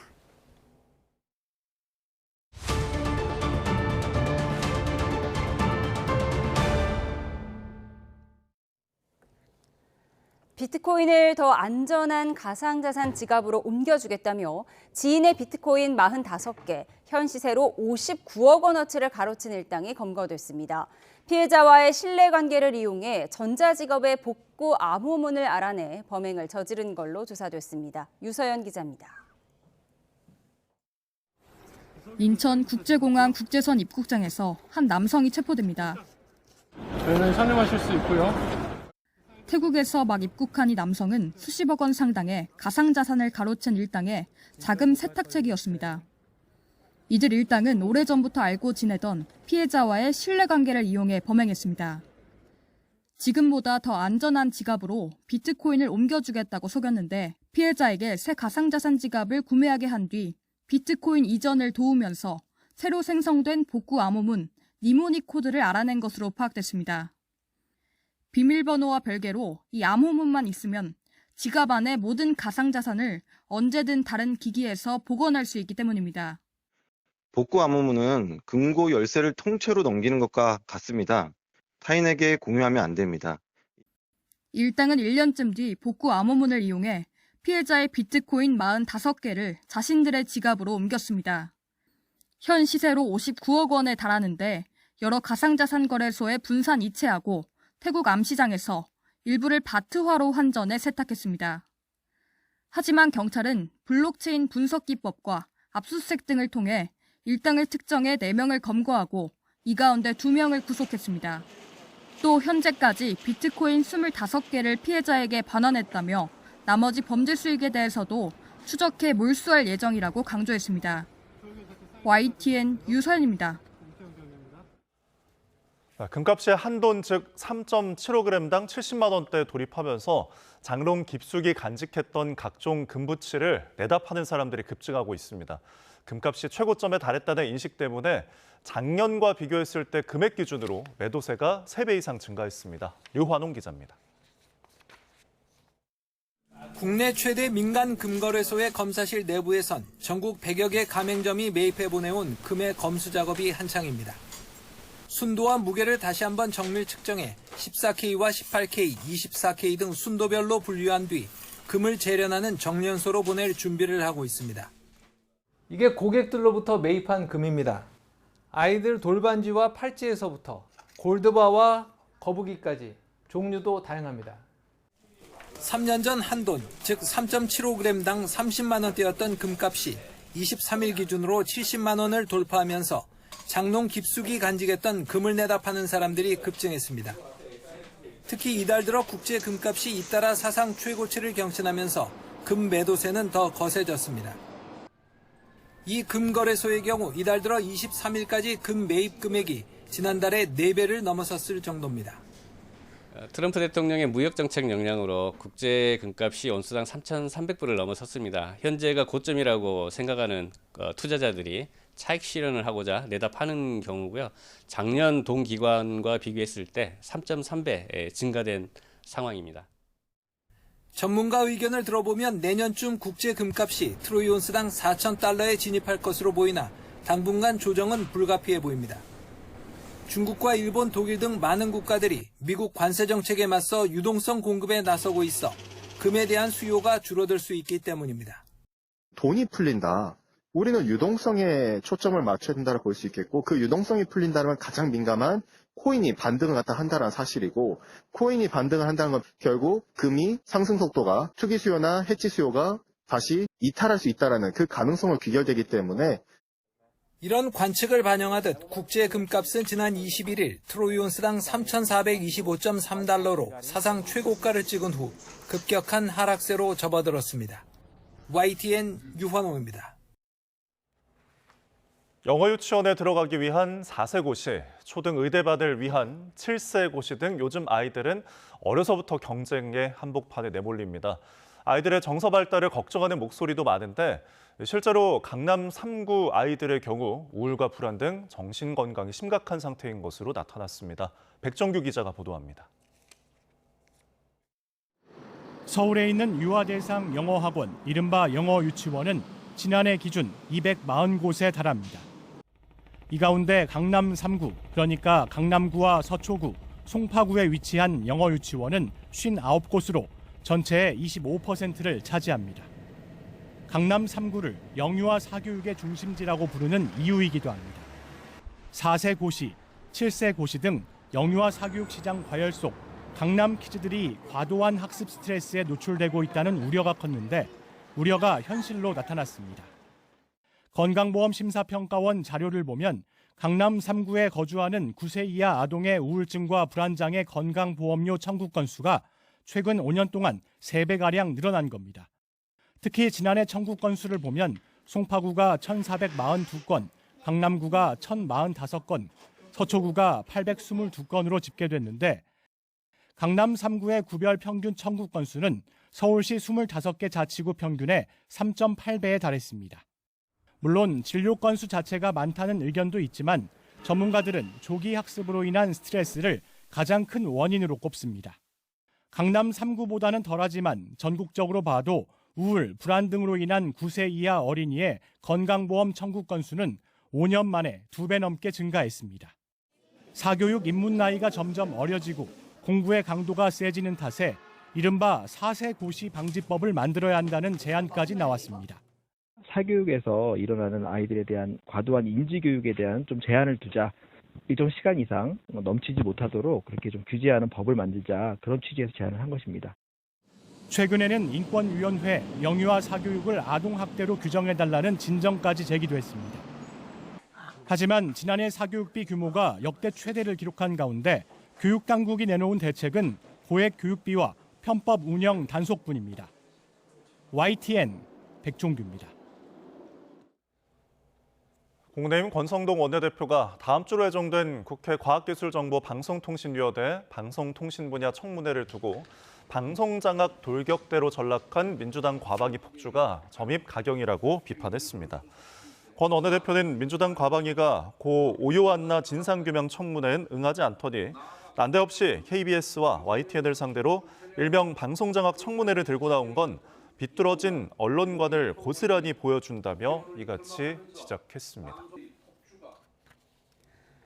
이번 주말 서울 도심과 강남권에서 연등회 행사와 집회가 진행되면서 교통 혼잡이 빚어질 전망입니다. 내일 저녁 7시에는 서울 동국대학교에서 출발한 연등회 행렬이 차도로 행진해 조계사까지 이동하면서 일대 도로가 통제될 예정입니다. 또 모레는 조계사 앞에서 오전 11시부터 문화 공연이 진행돼 우정국로 차량 운행이 제한됩니다. 또 토요일에는 광화문 광장 인근에서 낮 1시부터 보수단체 집회가 열리고 서초동 일대에서는 오후 2시부터 진보단체의 시위와 행진이 이어집니다. 군복을 입은 남성이 지하철에서 신체 부위를 노출한 사건이 논란인 가운데 이 남성이 현직 군인 신분인 것으로 확인됐습니다. 서울 서초경찰서는 공연음란 혐의를 받는 현역 군인 20대 A씨를 상대로 출석 일정을 조율하고 있다고 밝혔습니다. A씨는 지난 19일 신분당선 열차 안에서 군복 바지 지퍼를 내린 채 신체 부위를 노출한 혐의를 받고 있습니다. 대전지방검찰청은 함께 살던 지인을 흉기로 살해한 혐의로 64살 박찬성 씨를 구속 상태로 재판에 넘기고 사진과 이름, 나이 등 신상 정보를 누리집에 공개했습니다. 검찰은 이번 사건이 특정 중대범죄에 해당하고 범행의 잔인성과 피해의 중대성 등을 고려해 지난 17일 신상정보공개심의위원회를 열고 신상 공개를 결정했다고 밝혔습니다. 박 씨는 지난 4일 새벽 대전 중구의 단독주택에서 함께 살던 60대 지인을 흉기로 수십 차례 찔러 숨지게 한 혐의를 받고 있습니다. 차량 진입을 막았다는 이유로 아파트 출입구를 승합차로 10시간 동안 막은 30대 남성이 벌금형을 선고받았습니다. 인천지방법원은 업무방해 등 혐의로 재판에 넘겨진 35살 A씨에게 벌금 300만 원을 선고했습니다. 지난해 5월 빌린 승합차를 몰고 자신이 살던 인천시 서구 아파트 주차장에 들어가려 한 A씨는 경비원이 미등록 차량이라며 진입을 막자 차를 10시간가량 주차장 진입로에 놓아둔 것으로 조사됐습니다.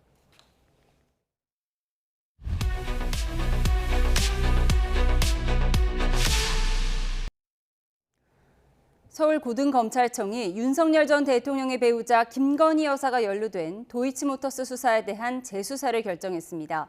김 여사는 국회 과학기술정보방송통신위원회의 청문회 증인 출석 요구에 심신쇠약을 이유로 불출석 사유서를 제출했습니다. 네, 한편 문재인 전 대통령은 퇴임 후 처음으로 국회를 찾았는데요. 전날 검찰의 기소에 대해서는 정해진 방향대로 밀고 가는 느낌을 받았다고 말했습니다. 주요 이슈들 임주혜 변호사와 함께 짚어보겠습니다. 어서 오십시오. 어서 오세요. 네, 안녕하세요. 예, 도이치모터스 주가 조작 사건 불기소 처분이 내려졌었는데 다시 수사하게 된 거죠? 그렇습니다. 재기 수사 결정이 내려졌습니다. 그러니까 서울중앙지검에서는 이 부분에 대해서 혐의가 없음, 그러니까 불기소 결정을 내렸던 바 있는데요. 이에 대해서 항고가 있었습니다. 예. 그에 대해서 이제 서울고검에서 다시 수사가 필요한 부분인지 여부를 확인한 것이고요. 그 결정은 다시 재기 수사를 한다. 종결되었던 사안에 대해서 다시 수사를 시작한다는 의미를 담고 있는 것인데 네. 재기 수사 결정이 있었기 때문에 사안에 대해서 다시 수사를 진행하고 들여다보게 된 상황입니다. 예. 그렇다면 이제 이 재기 수사를 하면은 앞서 불기소 처분이 났던 것을 다른 결과가 나올 수도 있는 건가요? 가능은 한 상황입니다. 재기 수사 결정이 왜 이루어졌는지 그 부분을 보자면요. 예. 일단 이전에 처분이 있었던 불기소 처분 당시와 상황이 좀 달라졌다라는 판단이 담겨 있는 것인데요. 예. 이 관련자들, 이 도이치모터스 주가 조작과 관련된 그런 의혹을 받아왔던 다른 관계자들이 대법원에서 유죄로 확정 판결을 받은 바 있습니다. 네. 그것이 이전에 있었던 불기소 처분 당시와는 좀 다른 상황이다. 이렇게 평가할 상황이 있다라고 예. 판단을 한 것 같고요. 그렇기 때문에 이제 관련자들의 어떤 증언 같은 부분도 일부 달라지는 부분이 있고 법리적인 부분이라던가 추가적으로 수사가 진행된다면 김건희 여사의 경우에도 지금 이런 계좌들이 사용되었는데 그 계좌들이 과연 시세 조정에 가담되는 그와 관련된 계좌인지를 알았느냐 몰라에 대한 판단도 달라질 수 있다는 그런 부분들이 반영된 결정이라 보기 때문에 네. 어떤 재기 수사에 따른 그 결정의 내용이 불기소 처분과는 달라질 수도 있는 상황으로 보여집니다. 예, 도이치모터스 사건은 이렇게 다시 수사하게 됐는데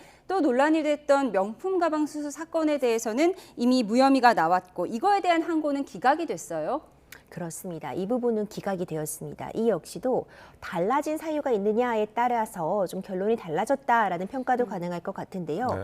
여전히 이전에 판단받은 바와 마찬가지로 어떤 사정 변경은 있지 않았고 어떤 공직자의 배우자가 이와 관련한 어떤 금품 등을 수수하는 것은 금지되어 있지만 이 배우자에 대한 처벌 규정은 존재하지 않는 이 청탁금지법의 그 조문의 어떤 그 취지나 규정 이런 부분들이 가만히 되었기 때문에 예. 이 부분에 대한 항고는 기각되었다. 아무래도 이렇게 주변인도 보여집니다. 없고 단순한 사건이기 때문이겠죠.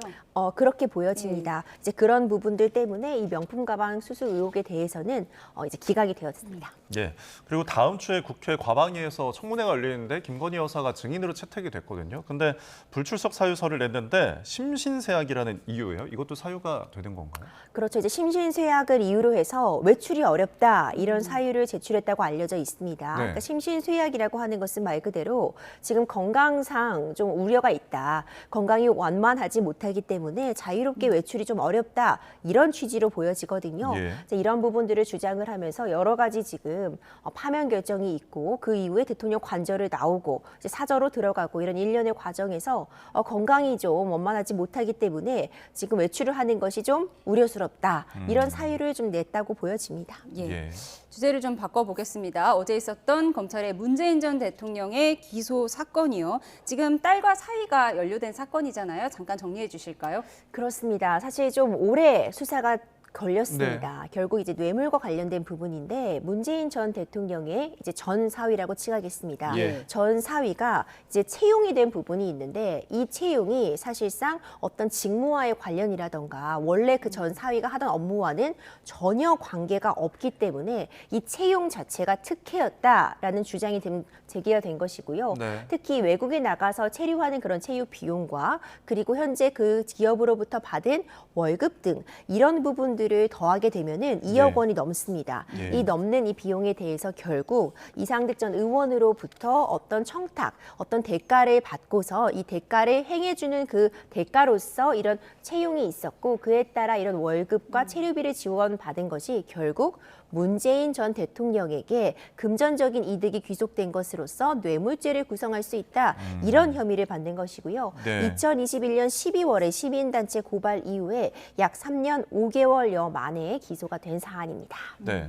그런데 이제 결국 혐의가 뇌물죄인데 지금 돈을 받은 그 전 사위가 뭐 뇌물죄로 저희가 기소유예가 된 상황이고 그런데 문재인 전 대통령은 제3자 뇌물죄가 아니고 직접 뇌물죄 혐의란 말이죠. 이 부분은 어떻게 되는 건가요? 그렇죠. 이 사안이 사실 법리적으로도 좀 복잡한 상황인데요. 네. 실질적으로 급여를 받은 그 당사자, 그러니까 금전적인 이득을 본 사람은 엄밀하게 보자면 문재인 전 대통령이 아니라 문재인 전 대통령의 전 사위와 그리고 그 딸입니다. 예. 그렇기 때문에 직접적으로 그 이득이 문재인 대통령에게 기속된다고 보기는 어렵지만요. 예. 하지만 이제 법리적으로 구성을 했을 때 그렇다면은 제3자 뇌물죄, 그러니까 제3자인 문재인 전 대통령에게 이 금전적인 이득이 갔다라는 제3자 뇌물죄로 구성을 하려면은 더 요건을 충족해야 되는 부분이 많습니다. 네. 이것이 어떤 직무의 연관성이라던가 대가성 그리고 청탁 이런 부분들이 모두 입증이 돼야 돼서 조금 더 혐의 입증에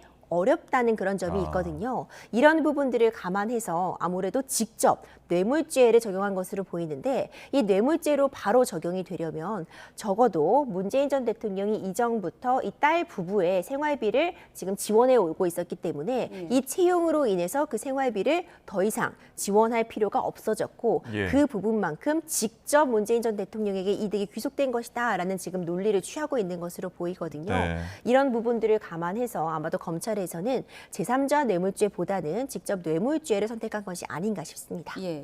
문 전 대통령이 오늘 국회를 방문해서 입장을 밝혔는데 검찰이 정해진 대로 밀고 가는 느낌이었다 이런 입장을 밝히기도 했습니다. 앞으로 재판 상황을 지켜보도록 하겠습니다. 네. 저희는 다음 주제를 좀 보도록 하겠습니다. 방금 전 오후 2시에 가수 김호중 씨의 항소심 선고가 있었는데요. 1심 징역 3년 6개월 선고에 이어서 2심에서도 1심과 같은 실형이 나왔습니다. 2년 6개월이 선고됐죠?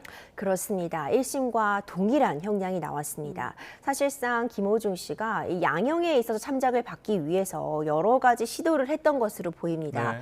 굉장히 많은 130여 장이 달하는 반성문도 제출했다고 알려지고요. 기본적으로 모든 범죄 혐의에 대해서 인정하고 반성을 하고 있다라는 취지를 얘기하긴 했지만 이 부분이 사실 2심 판단에서도 받아들여지지 않았다라고 보입니다. 네. 사실 이 김호중 씨 사건 같은 경우에는요. 이전까지 이제 음주 전력이 있었는지 여부가 정확히 확인되진 않지만 동종의 어떤 그런 전과가 없다는 전제 하에서 사실상 초범이었고 그리고 이제 전치 2주 정도의 부상이 이 사고 차량의 이 피해자에게 발생하긴 했지만 합의가 되었습니다. 네. 그렇다면 사실 집행유예형이라던가 더 가벼운 형량도 가능한 사안이다라는 평가도 있었는데 죄질이 매우 좋지 못하다는 점이 예. 굉장히 중요하게 작용하고 있습니다.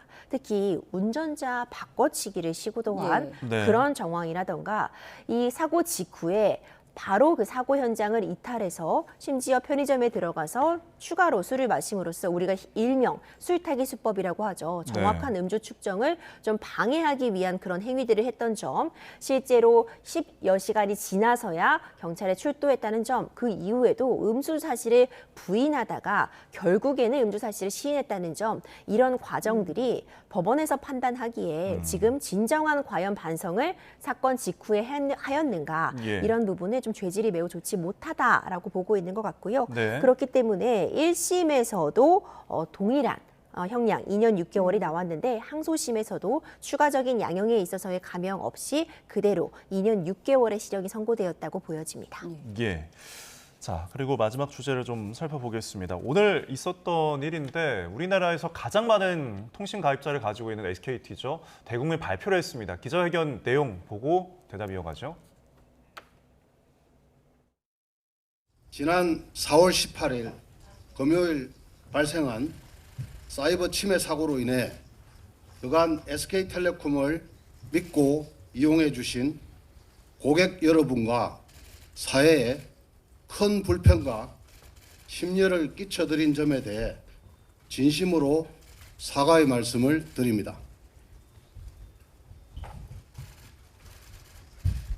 회사가 보유한 모든 서버와 시스템의 보안 상태를 점검하고 있으며 SK텔레콤을 이용하는 모든 고객분들을 대상으로 원하실 경우 유심 카드를 무료로 교체해드리는 조치도 시행하겠습니다.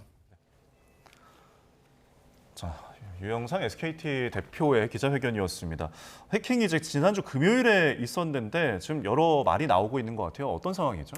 그렇습니다. 사실 SK텔레콤은요, 우리나라에서 가장 많은 가입자 수를 가지고 있습니다. 네. 2,300만 정도가 지금 SK텔레콤을 이용하고 있습니다.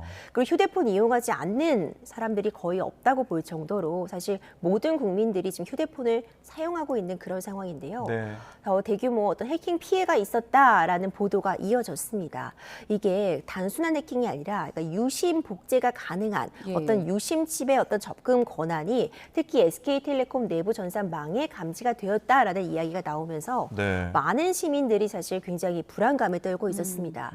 실제로 인터넷을 검색해 보면은요, 이 유심 관련해서 뭐 바꾸는 법이라든지 아니면 관련된 보험 처리 같은 부분들 물어보는 글들 굉장히 많이 올라와 있거든요. 이 유심은 휴대폰에 들어있는 일종의 내 신분증이라고 볼 수 있습니다. 사실 내가 지금 휴대폰을 개통할 때 갖고 있는 이 유심칩을 다른 휴대폰에 끼게 되면은 말 그대로 내 휴대폰이 그대로 복제될 수 있는 상황이거든요. 이제 그럼에도 불구하고 이제 SK텔레콤 측에서 일단 이 사건을 처음에 이 외부의 공격을 인식한 이후에 관련 법에 따르면 24시간 내에 이 부분을 신고해야 되는데 신고를 하지 않은 점도 지금 문제로 떠오르고 있습니다. 물론 SK텔레콤 측에서는 진상 파악을 위해서 시간이 걸릴 수밖에 없었다. 이것이 어떤 사내 시스템 내의 어떤 오류인지 아니면 외부의 어떤 공격인지 이런 부분들을 확인하느라 시간이 걸렸을 뿐 의도적으로 이제 신고를 미룬 것은 아니라고 하고 있지만 사실상 이런 신고 규정을 두고 있는 것은요, 다른 업체들이나 다른 기관들도 공격을 받을 수 있기 때문에 이런 부분을 국가에서 대비할 수 있도록 신고를 하라는 의무를 두고 있는 것이거든요. 이 보고가 좀 지연된 부분에 대해서는 추가적으로 사실 확인이 반드시 필요해 보이고요. 결국 많은 국민들이 잠정적으로 피해를 볼 수 있는 그런 상황이기 때문에 네. SK텔레콤 측에서도 오늘 전격적으로 기자회견을 갖고 이 전 국민들 대상으로, 그러니까 SK텔레콤 이용자들의 대상으로 무상으로 유상칩을 교환해 줄 수 있다, 교환해 주겠다, 순차적인 교환이 진행될 것이다라는 입장을 밝혔습니다. 예, 알겠습니다. 자, 여러 가지 오늘 사안들을 짚어봤습니다. 지금까지 임주혜 변호사와 함께했습니다. 고맙습니다. 고맙습니다.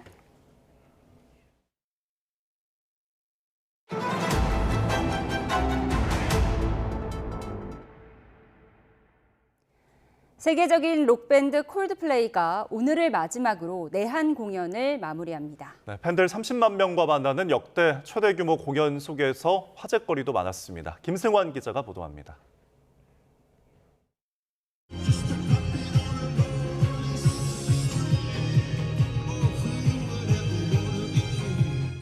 콜드플레이 대표곡이자 권력자의 쓸쓸한 최후를 담은 노래 미바라 미다가 울려 퍼집니다.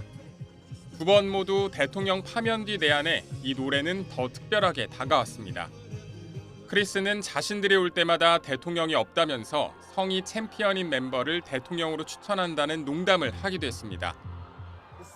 마이 유니버스로 협업한 BTS 멤버 진이 깜짝 등장해 크리스와 맞절을 하는 진풍경이 연출되기도 했고, 다른 날 블랙핑크 멤버 로제도 자신의 히트곡 아파트를 함께 열창했습니다. 콜드플레이는 일반 관객도 무대 위로 불렀는데 한국말로 준비한 멘트로 팬들을 사로잡았습니다. 여러분과 함께해서 행복합니다. 환상적인 공연장 분위기를 만드는 데 한몫한 건 친환경 재질로 만든 LED 팔찌. 주최 측은 공연장의 투어 도시별 팔찌 회수율을 보여주며 독려했습니다. 도쿄가 1위에 올라있자 일본에 져서 되겠느냐는 뜻밖의 한일전이 SNS에서 화제가 되기도 했습니다. 배우 공효진, 유준열 등 스타들도 SNS에 인증 사진과 영상을 올리며 공연을 만끽했습니다.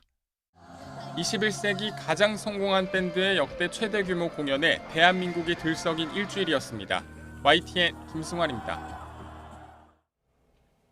중국에서 첫 로봇 올림픽이 열렸습니다. 중국 전자학회는 장쑤성에서 제1회 체화지능 로봇 대회를 개최했다고 밝혔습니다.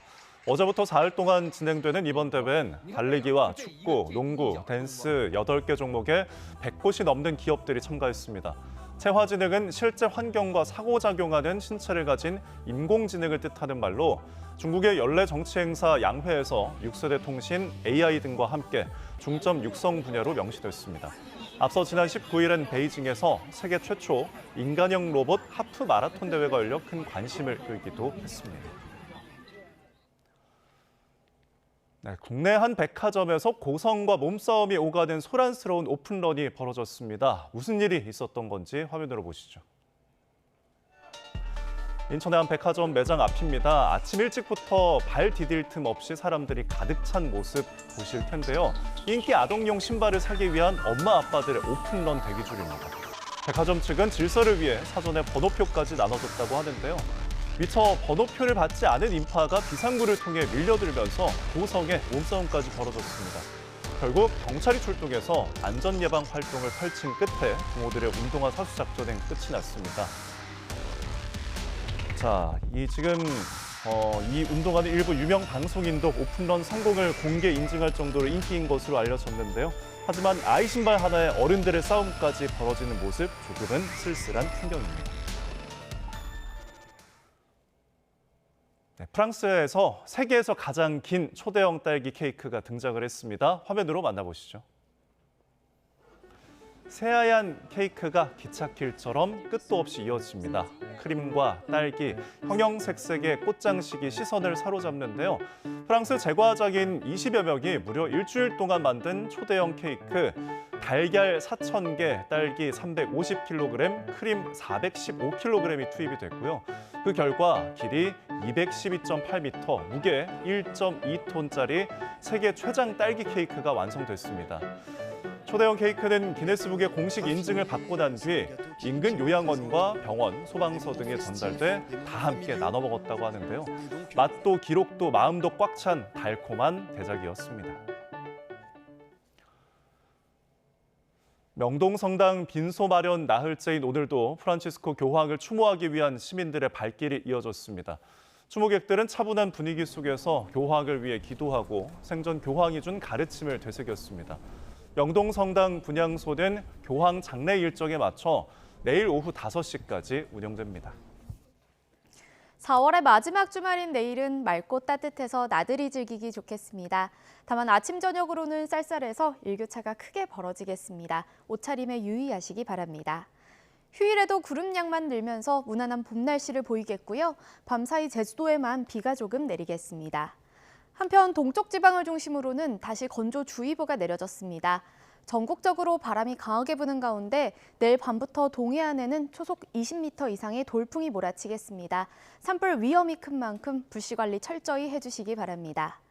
내일 아침 기온은 한 자릿수로 내려가면서 일부 내륙과 산간에서는 서리가 내리고 물이 어는 곳이 있겠습니다. 서울 8도, 청주 7도, 부산 10도가 예상됩니다. 내일 낮 기온은 예년과 비슷해 따뜻하겠는데요.